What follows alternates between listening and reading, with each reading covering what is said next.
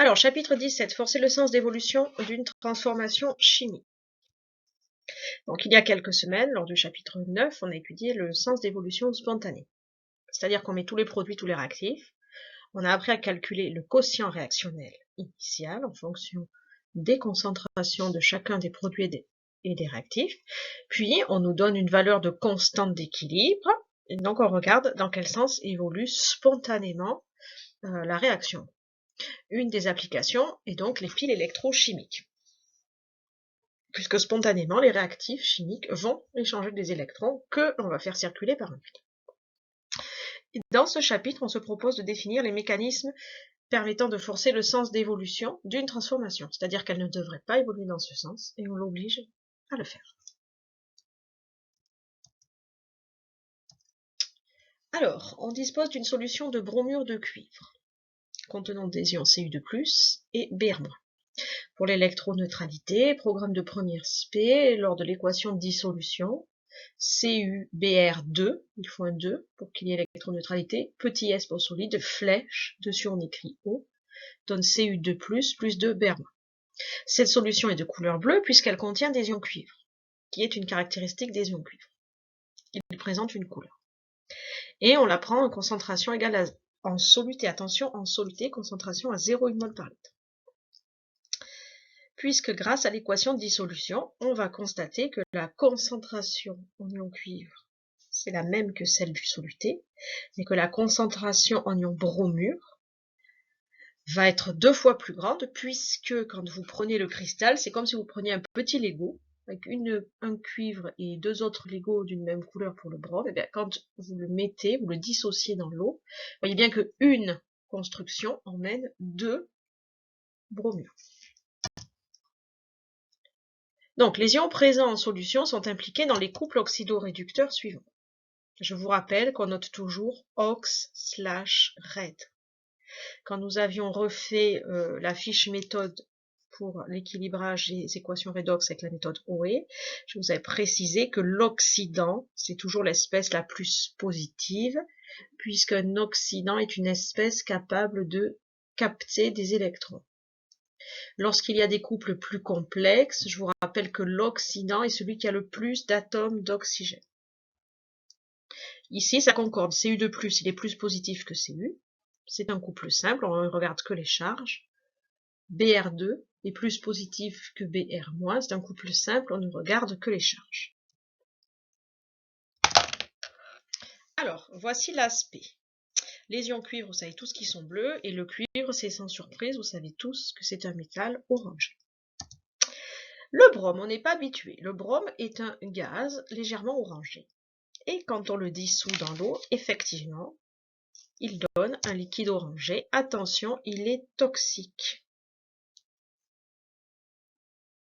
Donc c'est du dibrome, on parle d'eau de brome.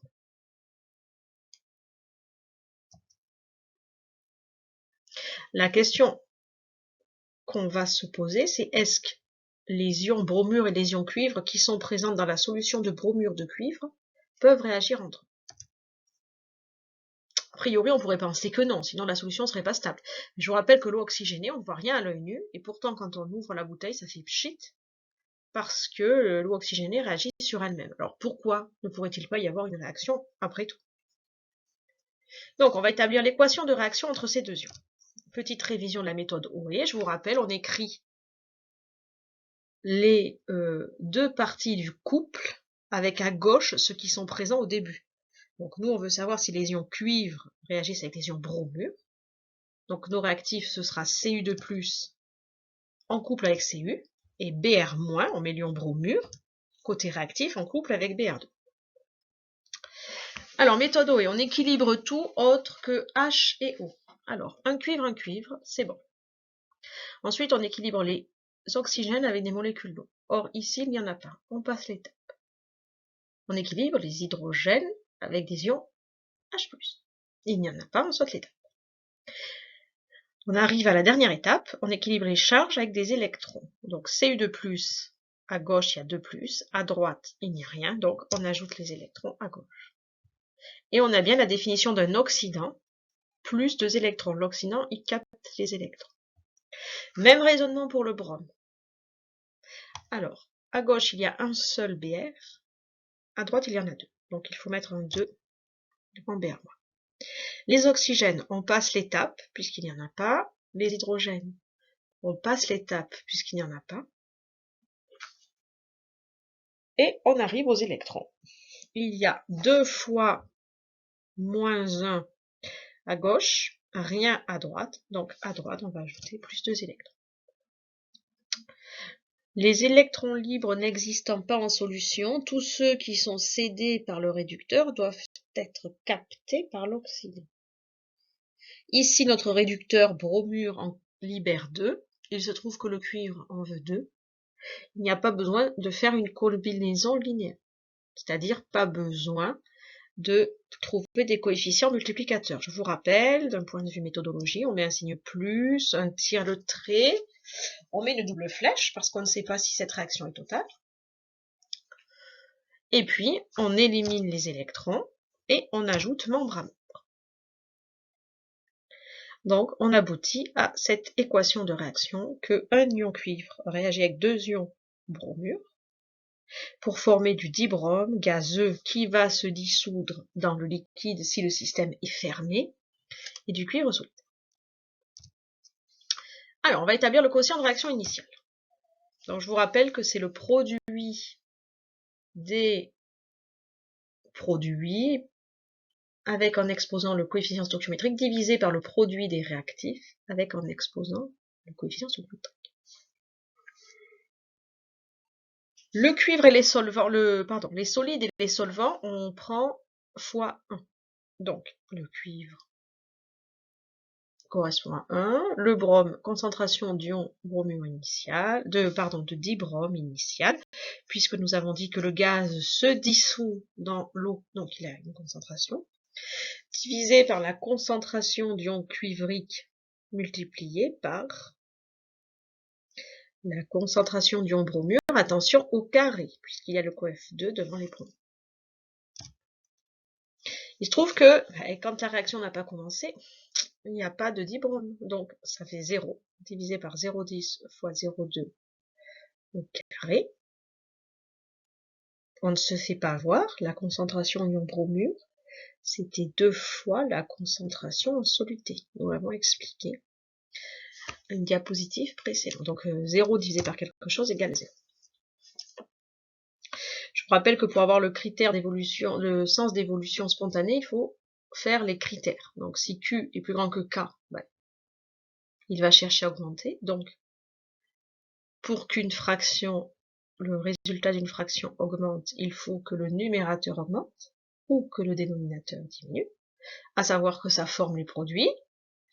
Si le quotient de réaction est plus petit que la constante d'équilibre, alors le quotient de réaction doit diminuer pour tendre vers la constante d'équilibre. Donc, le numérateur doit diminuer ou le dénominateur doit augmenter. Donc, à ce moment-là, ça va former les réactifs. Donc, ça va évoluer dans le sens indirect de celui que nous avons écrit. Et le dernier critère, c'est que si le quotient de réaction égale la constante d'équilibre, le système est à l'équilibre chimique, il ne se passe rien.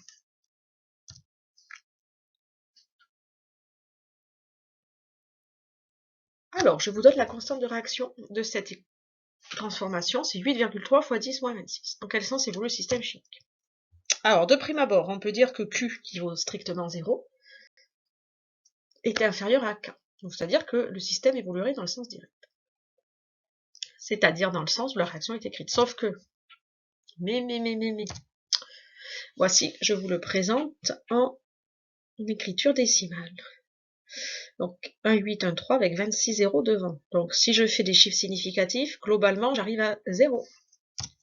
Donc on en déduit que finalement xf égale 0.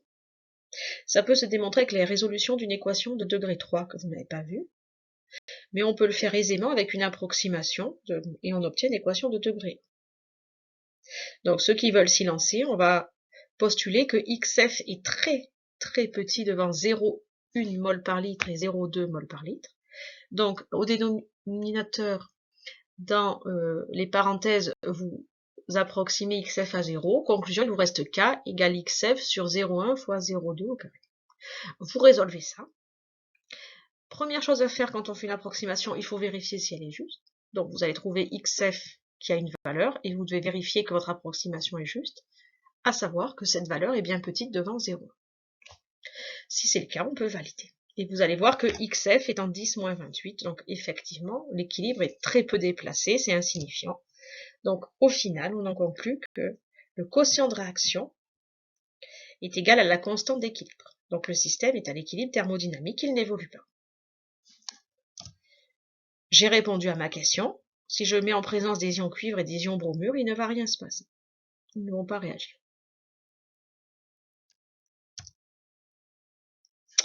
Et pourtant, que se passe-t-il si l'on fournit de l'énergie électrique à un système qui ne peut pas évoluer spontanément? Donc, je vous ai joint ces deux liens. Donc, vous mettez en pause et vous allez regarder les vidéos. Qu'est-ce qu'on observe? On observe qu'à la borne plus, il y a un dégagement gazeux. On voit une effervescence. Donc, un gaz se forme et une couleur orangée apparaît dans la solution. Donc, en gros, un gaz orangé. Hop, ça nous ramène quelques diapos en arrière. Tiens donc, ce serait donc du dibrome. À la borne moins, un solide orangé se dépose sur l'électrode en graphite. Tiens donc, un solide orangé, ça serait du cuivre.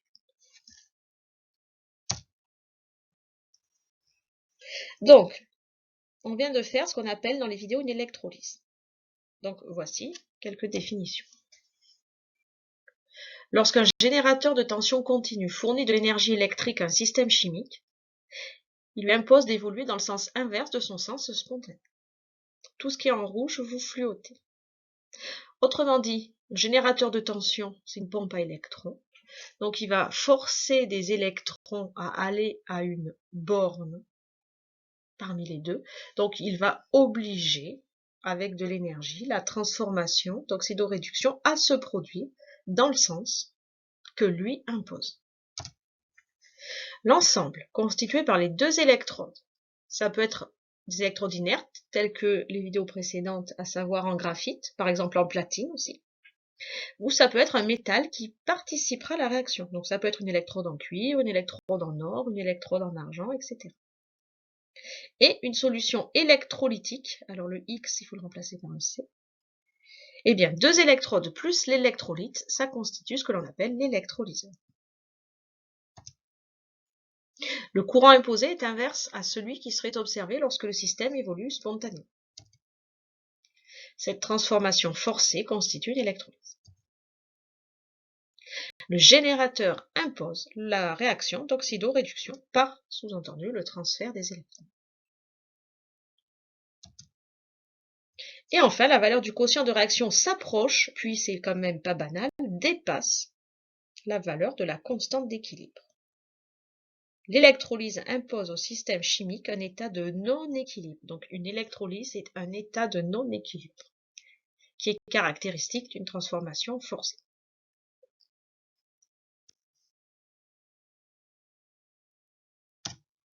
Réaction aux électrodes.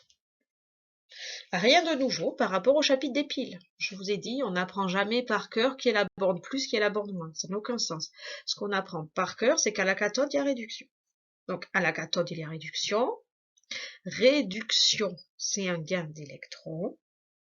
Conclusion, quand on regarde le générateur, au final, pour une électrolyse, il va se produire une réduction à la borne moins du générateur.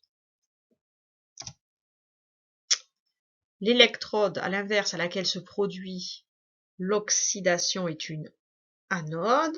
Je vous rappelle, le moyen mnémotechnique, c'est cathode, réduction, ça commence par des consonnes. Oxydation, anode, ça commence par des voyelles. Une oxydation, c'est une perte d'électrons. Donc, c'est à la borne plus du générateur. C'est l'électrode qui va être reliée à la borne plus du générateur.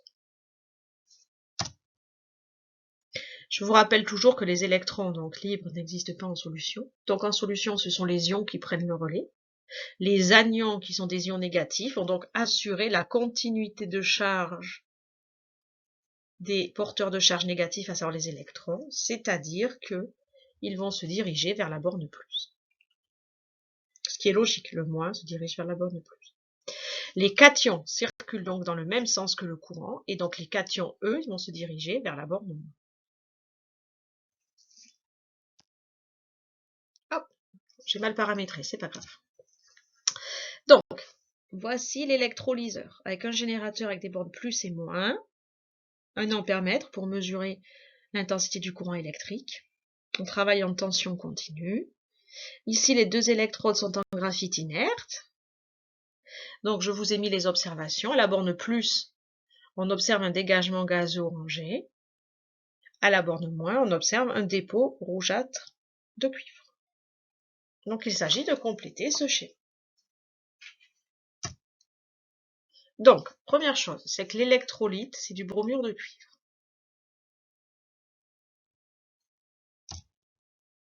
Le courant va de la borne plus vers la borne moins. Ça veut dire que les électrons circulent en sens inverse, de la borne moins vers la borne plus. Donc vous voyez effectivement à gauche, sur l'électrode de gauche, que les électrons, ils quittent cette électrode. Donc il y a une oxydation.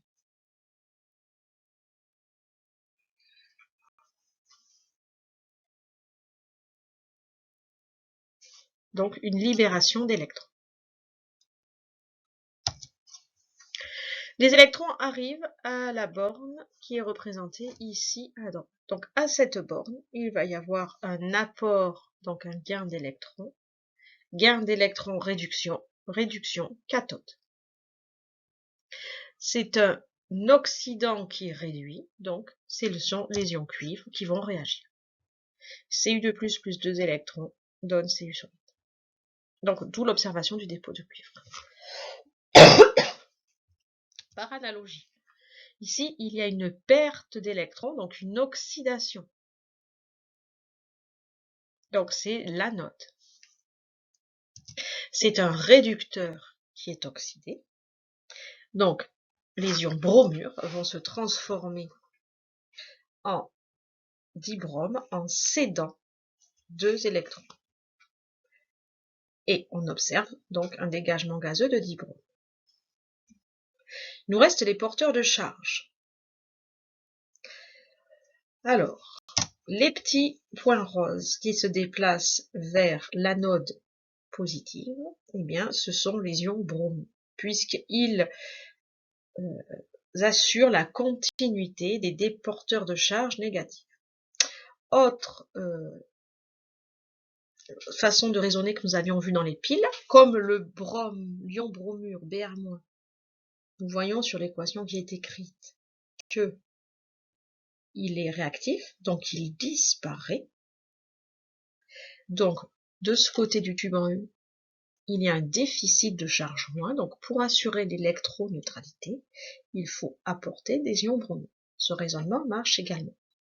On en conclut que les ions cuivre, ce sont les petites particules que j'ai représentées en bleu, et qui effectivement se dirigent vers la cathode. Et après, ce qui est logique, toujours avec le même raisonnement, parce que les ions Cu2+, dans la demi-équation, sont réactifs, donc ils disparaissent.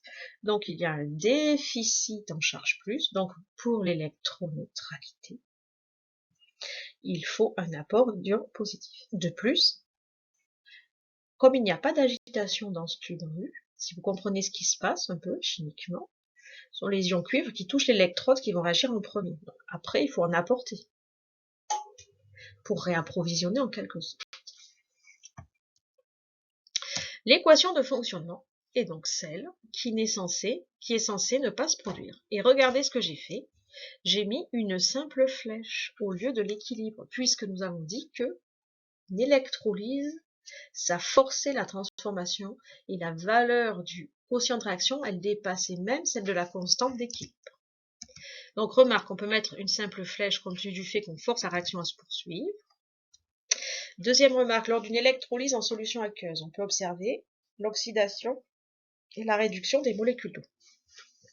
Sur la première vidéo, si vous faites attention, au bout d'un moment, sur la partie droite de l'écran, la personne qui a fait la vidéo a zoomé ce dépôt qu'on voit un peu noirâtre, mais en réalité il est rouge, c'est du cuivre, rouge très foncé. Et bien, vous voyez des petites bulles à partir d'une certaine durée. C'est parce qu'il commence à y avoir réduction de l'eau. Les électrodes peuvent participer aux réactions. On envisage donc les différentes oxydations possibles à l'anode et réductions possibles à la cathode. Alors ça, c'est le programme de prépa. Il va y avoir des réactions prépondérantes. Et puis, quand on fait l'électrolyse, il y a aussi des retards. C'est ce qu'on appelle des courants. Des fois, il faut imposer plus de courant que nécessaire pour que la réaction se fasse. Tout ça, pour ceux qui continueront la chimie, vous le verrez. L'analyse donc des produits formés permet de déterminer les réactions qui se produisent effectivement. Quand vous serez en prépa, ce ne sera pas une seule réaction qui se produira, il y en a plusieurs. Et c'est ce qui se passe effectivement en usine, donc il faut bien calculer ses tensions, ses courants, etc. Alors, quantité de matière d'une espèce transformée. Alors ça, on va reprendre exactement la même façon de faire que dans le chapitre des piles, puisque la seule chose qui change, c'est qu'on force la transformation à se faire. Alors que dans une pile, elle est spontanée. On va reprendre exactement les mêmes relations, c'est-à-dire la Q, la charge électrique qui est échangée. On va la relier à I et à la durée. Et ensuite, grâce au tableau d'avancement, on pourra la relier aux masses et volumes des espèces mises en jeu. Du coup, la quantité d'électrons échangés, elle est, que ce soit une pile ou une électrolyse, elle est la même au niveau des deux électrodes. On peut travailler indifféremment sur l'équation totale de la réaction ou sur les demi-équations.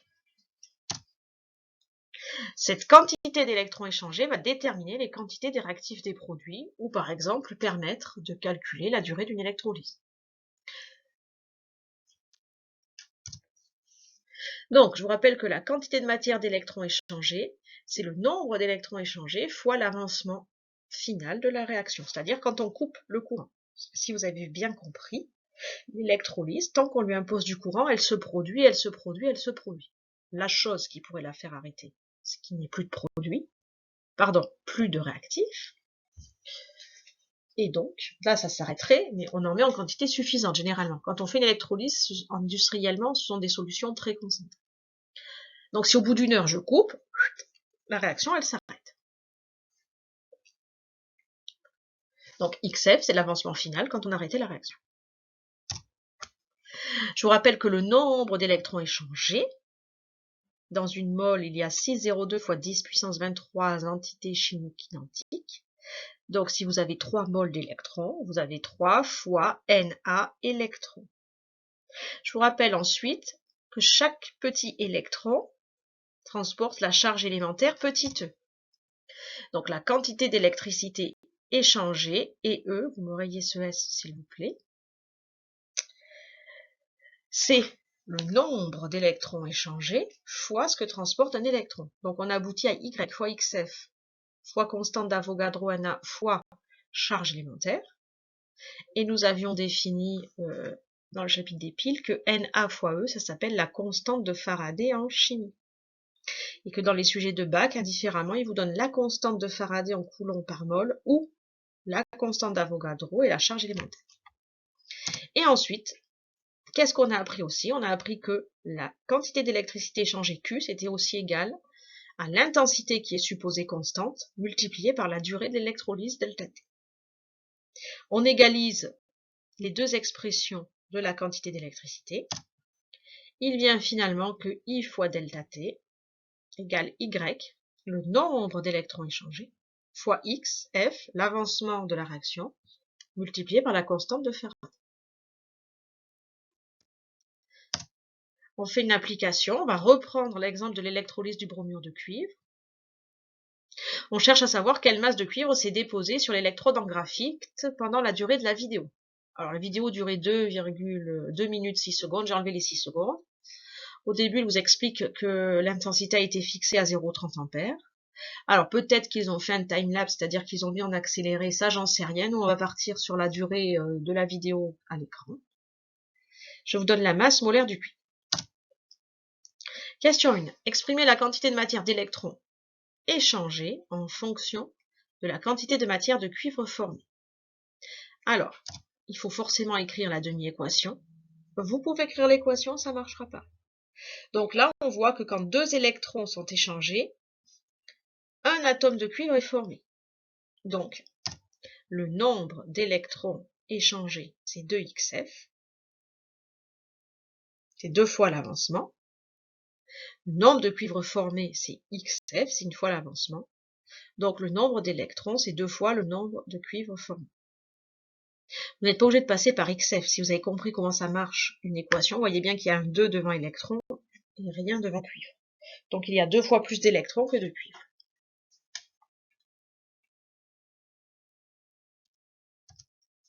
Exprimer la quantité d'électrons échangés en fonction de l'intensité.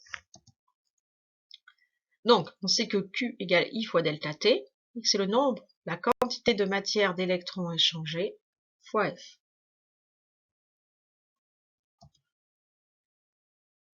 Donc, on extrait NE, et on trouve I fois delta T, divisé par la constante de Faraday.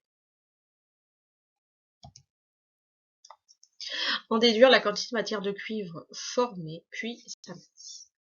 On va égaliser les deux expressions de la quantité d'électrons NE, moins.